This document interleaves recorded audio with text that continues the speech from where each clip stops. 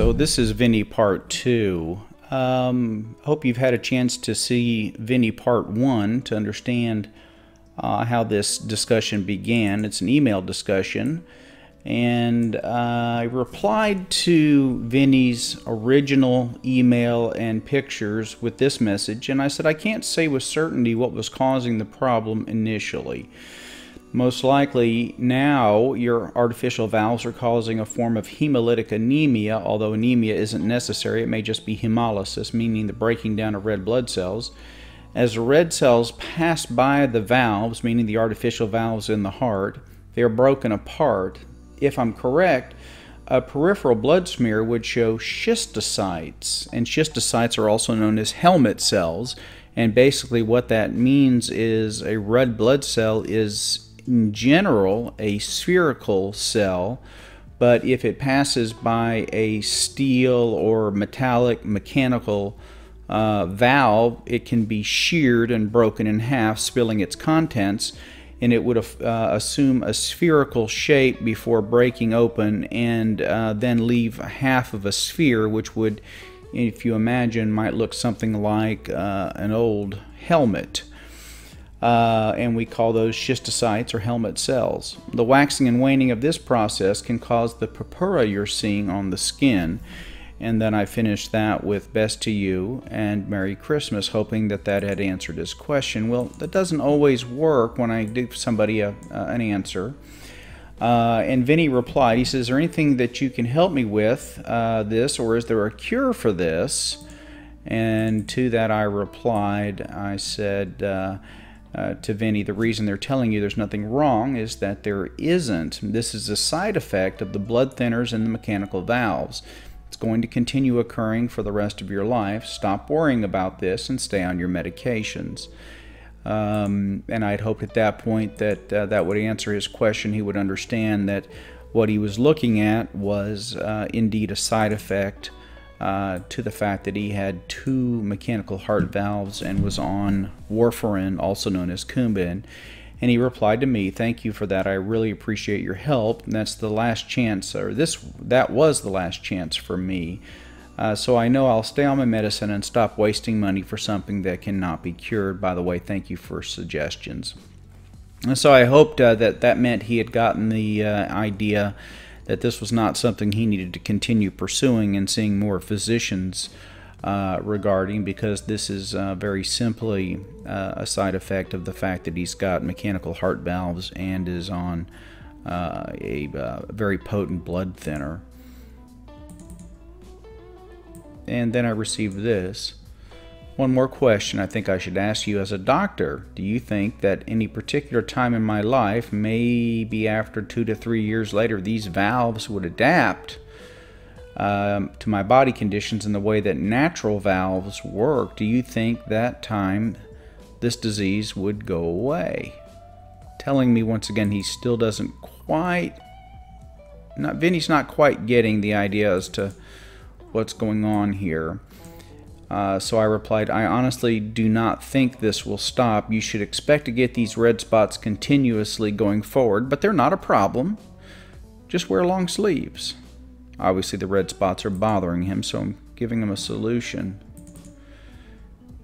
And then I didn't hear from him for a day or so, and I replied to him as I began to think about his story and how interesting it was. And I sent Vinny this message. I said, your story is really interesting. I think others would enjoy hearing it. Would you mind if I share your story online with your identity protected? Of course. I would really appreciate it. Thanks, JG. And I did hear from Vinny again, obviously, or we wouldn't be talking about it. But he said, yeah, sure. Don't need to worry about my identity. It doesn't matter to me. If you like, you can tell my name to the world. You have my permission. You do not need to hide my identity. If you need anything else that might help you, please do tell me. I'm always ready to help to anybody. Who knows, in doing so, we can get something that might help me with my disease, the red spots.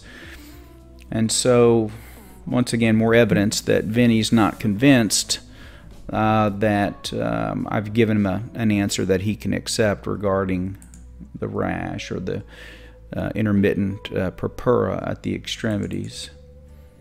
Then he further follows up with this. He said, if possible, can you discuss this case with someone else, like a dermatologist department? I think there should be some cure for it. As I know or read from the internet, I came to know that my blood thinner is my blood is thinner, so due to that, it starts coming out of my veins and makes smear red on skin. So what we can do is I can take medicine that can make my veins strong. One more thing, I also noticed that my body tries to heal these stops. Some get healed, but others just start coming again. Do you think it's possible way to take medicine and make veins strong? Please, if you have any friends or colleagues who know something about it, as we are told in life that if something happens in life, then there's a way to make it right. Please don't get me wrong. I'm just keen on getting rid of this disease.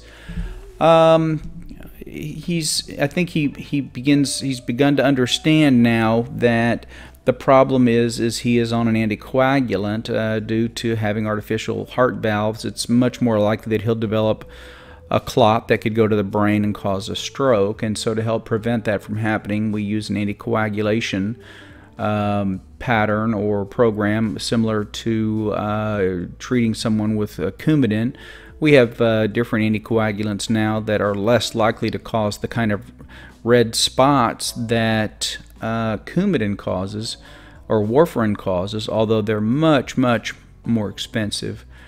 But at least this shows that he does have a bit more of an understanding, and he did send me some further photographs, and this would be one of the upper extremities here, and you can see some of these healing purpura or red spots.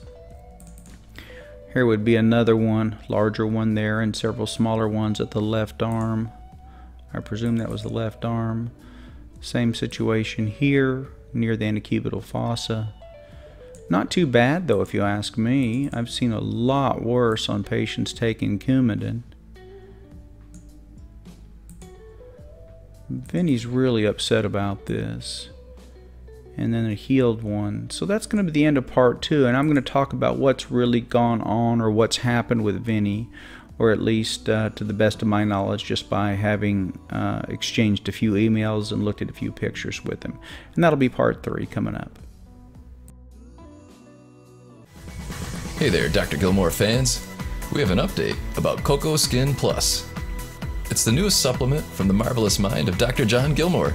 The proprietary mix of high-potency biotin, extra virgin coconut oil, and vegetable extracts is great for thicker hair, stronger, healthier nails, and softer skin. So if you notice your hair lacks luster, your nails aren't what they used to be, or your skin is dry and chapped, it's time to check out Cocoa Skin Plus. I've personally found that it's way easier to prevent chapped lips than it is to treat them. And I used to take a coconut oil supplement for it, so switching over to Cocoa Plus was an upgrade for me. It was for Kelly too. Let's hear from her. I used to take regular biotin for thicker hair, so switching over to Cocoa Skin Plus was a no-brainer. Nice. We'll put an Amazon link below, so get your 90-day supply today.